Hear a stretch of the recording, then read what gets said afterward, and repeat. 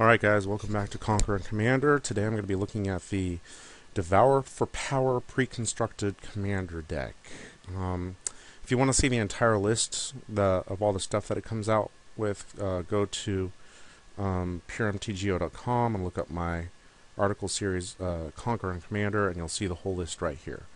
At first glance, the deck looks actually pretty decent, but I'm sorry to say that it's just not. It doesn't do enough powerful things, unfortunately. Gave by himself can easily be broken, but nothing in the deck actually breaks him. I assume that was a conscious decision on the part of the people that designed it. But there's no doubling season in the deck. There's no other, doublers that I can't even remember the name of the other green enchantment that doubles the amount of creature tokens you have. But none of that happens. So you never really have an overwhelming force of tokens.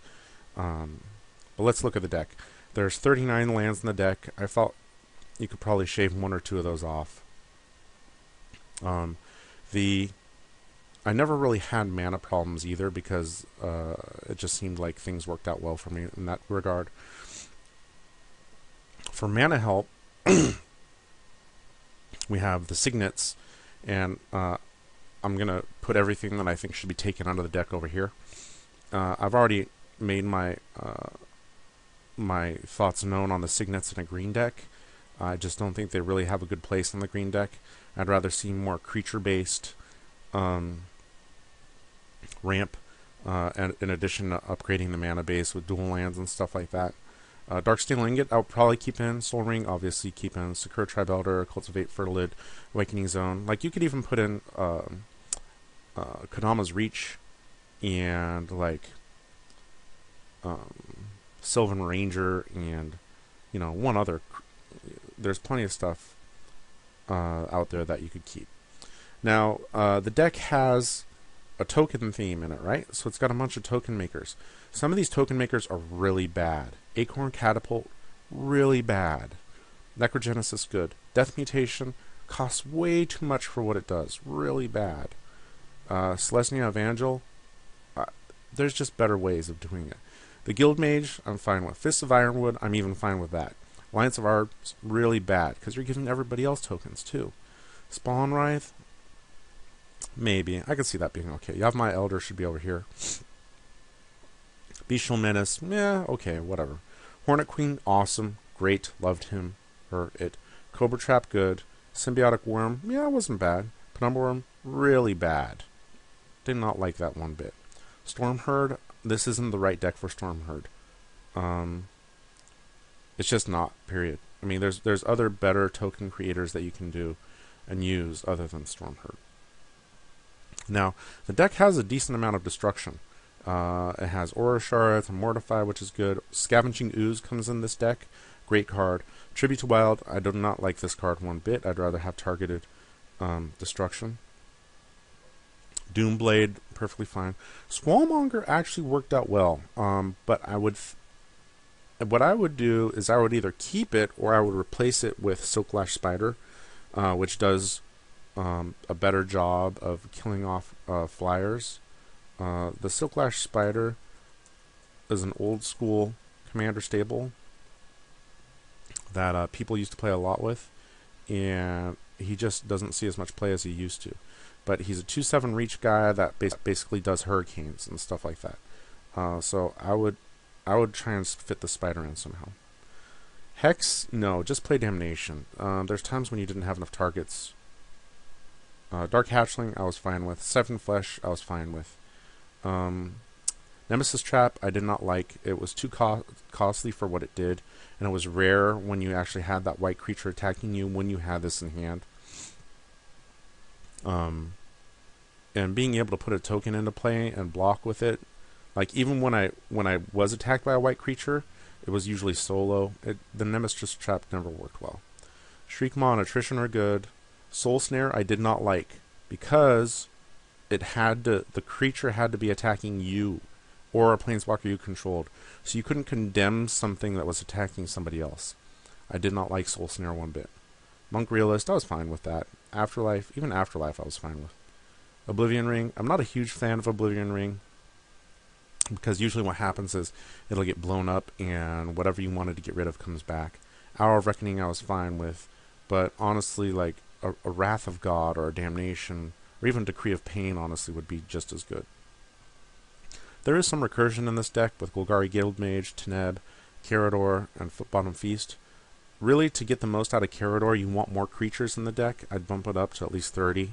But, you know, Carador actually came in handy for me every once in a while. Footbottom Feast.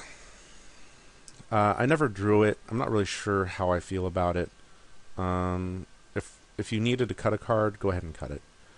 Harmonize and Skull Clamp are your only two methods of card draw. That's not good. The deck definitely needs more draw, whether it's through something like Hunter's Insight with a big creature, or with Fecundity while you kill off your little dudes. It needs something. Regal Force to draw cards for each green creature you have, or something like that. Or I think there's another card, Collective Unconscious, that does the same thing. All of those would be good. Of course, the Conclave, just way too mana intensive. Never worked. Sigil Captain, actually okay. Sigil Captain did well. These are your two like pump creature spells. Honestly, what the deck needs more than these two is something like Kamal, Fist of Krosa, or Beastmaster Ascension, or even Collective Blessing or something like that. The Vows were poop. I'm not a big fan of the Vows. You can automatically hack them. Lightning Greaves I was fine with. Even Vow of Wildness, which I liked in the Riku deck, I didn't like it in this deck. Finally, there's just like the random beaters. Vampire Nighthawk is a good defender. Nantuko Husk. If it had like some other ability, I would probably like it more, but just to temporarily pump him, I don't think he's worth it. Celestial Force, I don't think this is the right deck for that card. It's big, yes. It gains you a bunch of life, yes. But all that does is it ends up putting a target on your head, and I didn't really like that. So I'd rather do something else. Vish Call, yeah, you know, there's a decent amount of tokens in it. Vish Call's a big scary beater. I liked him. Aquastron Spider, horrible, hated him. Get rid of it. Spike Feeder is good. Keep it. Because the ability to fog on command is always good. Deadly Recluse, not good. Alright. So what the deck really needs is draw. One or two more ways of destroying like the entire board. Either a Damnation or a Chroma's Blessing. Or no, a Chroma's Vengeance, sorry. Or even maybe an Oblivion Stone. And what it needs is some way to pump your creatures up and make them bigger. Beastmaster Ascension, Kamal, or something like that. And then finally, what the deck really needs are just like some stronger plays. It just needs to like do stuff bigger and better, because it felt very underpowered. Yes, sometimes I did have answers to stuff that was being played, but you know, I felt like there was other stuff that could have been done with the deck.